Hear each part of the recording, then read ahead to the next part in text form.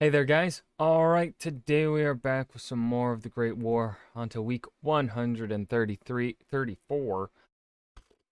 Russian bombing on the Eastern Front and U.S. prisoners of war.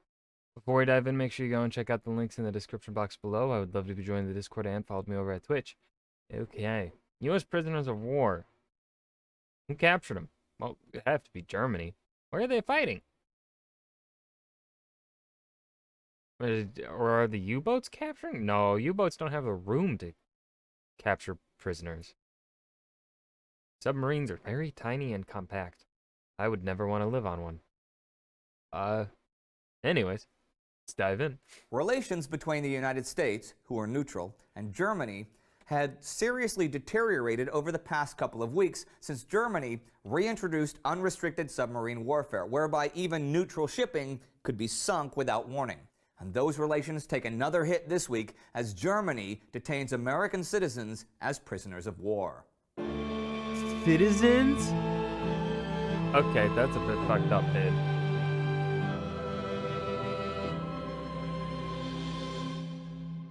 Citizen? What?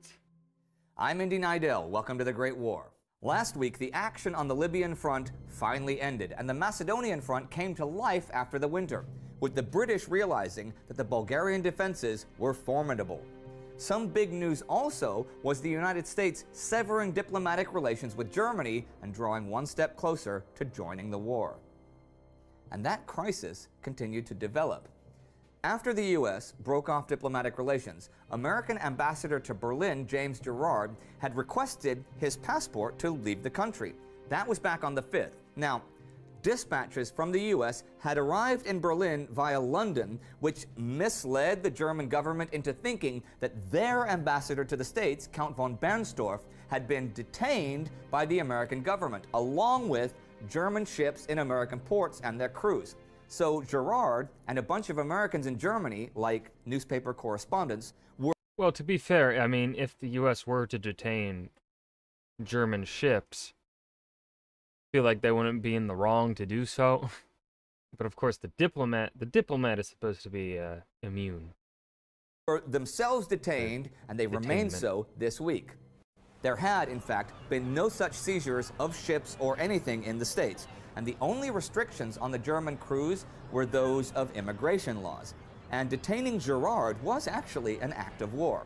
Whatever the case, while he was being held incommunicado, the German government was trying to deal with him by revising two old treaties and applying them to new conditions. Of course, since breaking diplomatic relations, Gerard was no longer an ambassador and had no legal status to negotiate. But Germany asked him anyhow to sign a protocol that was to protect Germans within the U.S. and their interests in the event of a war between Germany and the U.S. Well, you don't have to worry about so much of the Midwest is of German descent, man. It's also why you see the Japanese getting detained during World War II and not the Germans. I think there were talks of it. This is old information, so I may be a bit rusty. The reason they didn't is, well, the sheer amount of German descent throughout, like, the Midwest, where, you know, the food's made.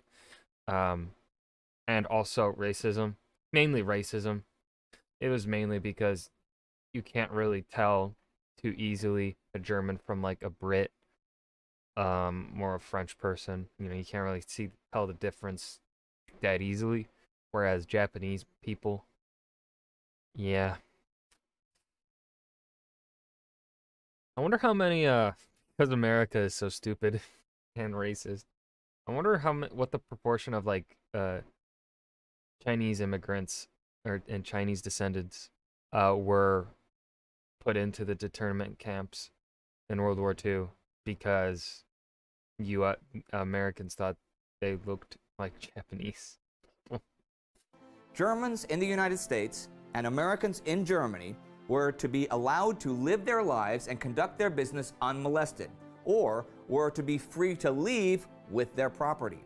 They were to have the same private rights as any other citizens, their contracts were to be honored, and they were not to be interred. Also, merchant ships were not to be forced to leave port unless allowed binding safe conduct by all enemy sea powers. Basically, Okay, you're trying to pose some double standards here, Germany. Germany's really dropped the ball here. Like, we're seeing a slow descent over these 4 years of Germany just like going from like pretty competent power to now they're like getting a bit on the cuckoo side. in the event of war, Germany's interests in the U.S. would be exempt from military law. Gerard refused to sign. American Secretary of State Robert Lansing got hold of the protocol through the Swiss and told Germany that the U.S. would not modernize and extend the treaties, which were from 1799 and 1828 between the U.S. and Prussia. Yeah, not even Germany. Pretty much because Germany had already violated and voided them. The 1828 one, for example, said that if one country was at war, the other one's shipping and commerce would not be interrupted. Well, Uh-oh, Germany, you did an oopsie.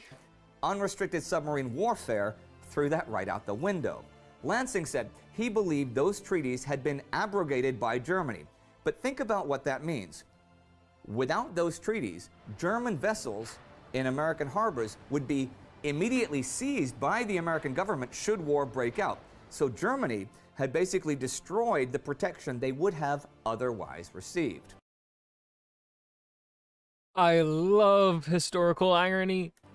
This week, when Berlin realized that no ships had been seized and Bernstorff was fine, they released Gerard and another 120 Americans and gave them their passports.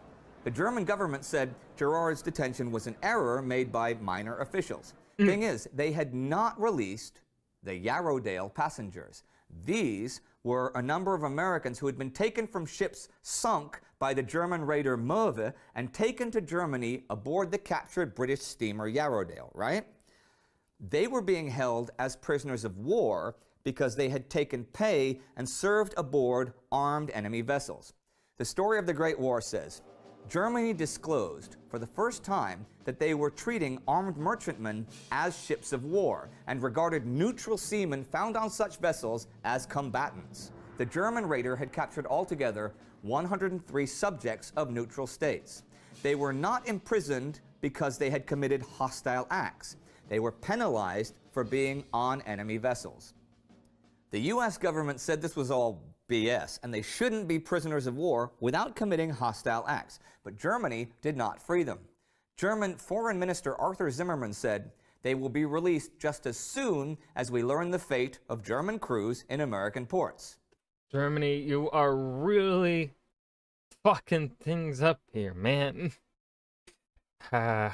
Which they had actually already learned. Those crews were at... I guess it's time to really start facepalming, like we have been with the Austro-Hungarians, the Italians, and the Ottomans, and occasionally the British and French for decisions made. Germany largely has avoided that. I mean, there were, of course, the war crimes in Belgium. Not good. But outside of that, for the most part, Germany has been acting somewhat sensibly and intelligently during this war. Really, in this past, like, couple months, few months, maybe, year at the most, they've really been just going, boo! Liberty. By now, people began thinking that these Yarrowdale guys were being held to be hostages in the event of war. And just the fact of their detention was becoming a major part of the crisis between Germany and the United States. A report came this week on the 16th that they had been freed, but that was a false alarm. They remained prisoner, and tensions between the two nations grew ever stronger. Germany did, of course. I just don't understand why, like, this applies to the allies in Greece as well.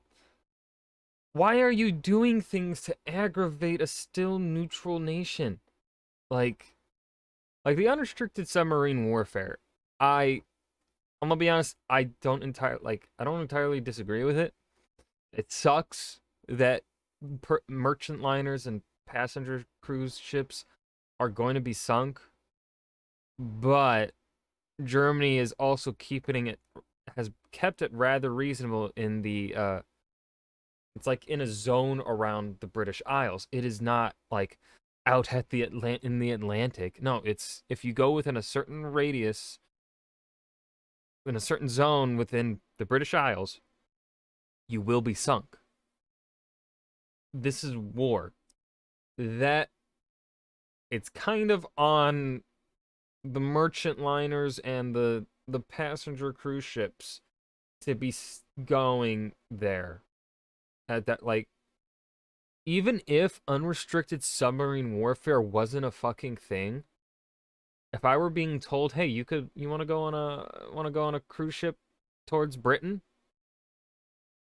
in, I don't know, 1915, whenever they were no longer doing the unrestricted submarine warfare, when they stopped it, and you could go on a cruise ship somewhat safely, I'd still be like, no, they're at war. I don't care if that's what they say they're no longer doing.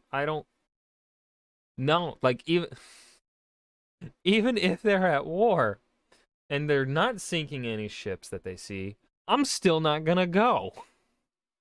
I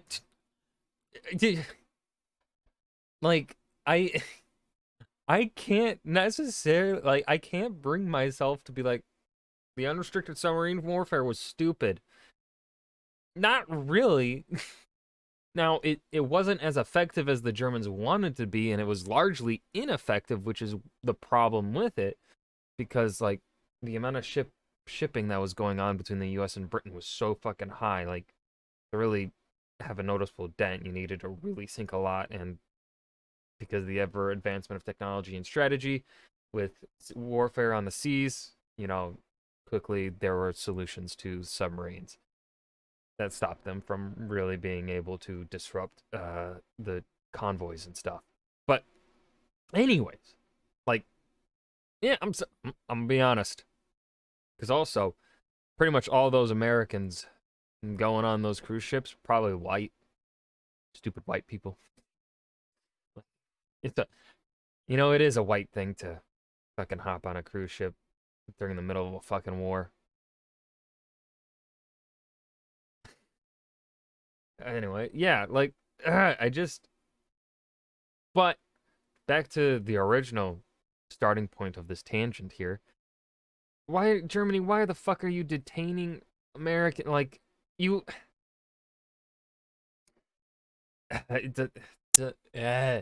don't make sense why you would do that. And then on the ally side, it don't make sense why they're being so aggressive towards neutral Greece. Like, I understand if they want to open up another front, but the way they're going about it is like the entirely wrong fucking way. The stupidity hurts. Of course, have to concentrate on the nations with which it actually was at war, and there was scattered fighting this week. There were no major offensives in progress on the Western Front, not since Verdun ended a couple of months ago. And the Allies weren't planning a new one until April, but still, there was action there every day. On the night of the 10th, the British captured a system of German trenches on a front a kilometer wide on the Somme line north of Serre Hill, taking 215 prisoners. There were many such raids this week by the British and the French, with most of them being quite successful, and though they in themselves were not especially important, together they showed progress. Each slight advance brought them closer to important German positions, and the number of prisoners taken added up. By Valentine's Day, the British had forced the Germans to abandon advanced positions between Serre and the Somme. Of course, the Germans elsewhere were making gains of their own. On the 15th, south of Ripon in Champagne, they stormed French lines on a 2-kilometer front, penetrating 500 meters. They captured 21 officers and 837 enlisted men. They were also doing well on the southeastern front, which was slowly coming alive as winter waned. On the 12th, a German attack near Jakobany took Russian positions and over 1,200 prisoners. And on the 14th, near Tarnopol, another attack took 6 officers and 275 prisoners. And in the skies in the east, well, People have asked us a number of times about Russia's Air Force, so I thought I'd share this piece from the story of the Great War. February 13th, 1917 was an especially... I swear, if it's just like there was one Russian plane, please have it be just one. active day for Russian airplanes on the Eastern Front.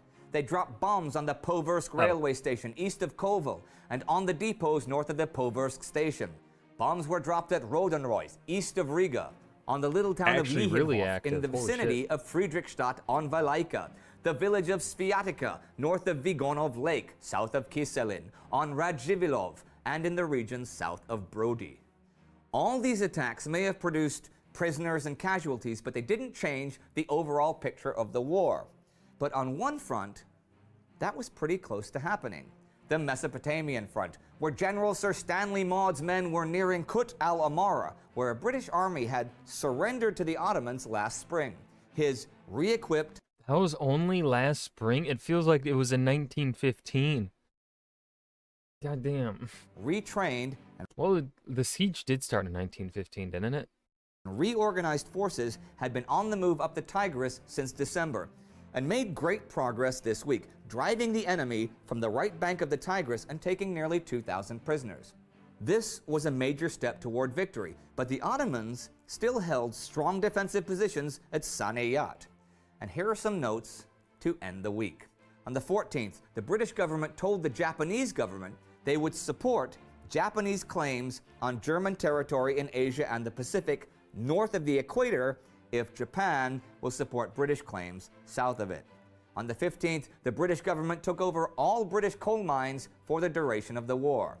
And that was the week, the British coming ever nearer a prize in Mesopotamia, scattered fighting on the European fronts, and a potential hostage situation in Germany. Well, you could, I guess, call it a current hostage situation. The Yarrowdale men had been held for 44 days as prisoners of war in violation of international law. But really, who cared about international law at this point? Yeah. Any of the warring nations? They were all using poison gas. That had been outlawed by The Hague years ago. Atrocities against civilians? Great. New PR opportunities. So, hostages? Who cares? Man, it's been a hot minute since we've had Indy just fucking going off at the finale here. I love it. Individual rights had no place in modern war. Fucking preach it, Indy. If the German merchant... I love it when he just fucking, when he gets passionate. Oh, it's great. I love it. That's my favorite part, when Indy just gets like so frustrated at the stupidity of the past. And that was Russian bombing on the Eastern Front and U.S. prisoners of war. The Great War, week 134. Yeah, I don't know what else to say here at the end that I did not already mention throughout the video. So, I hope you guys enjoyed. Remember to hit that like button and subscribe for more. And I will see you guys in the next video. Peace.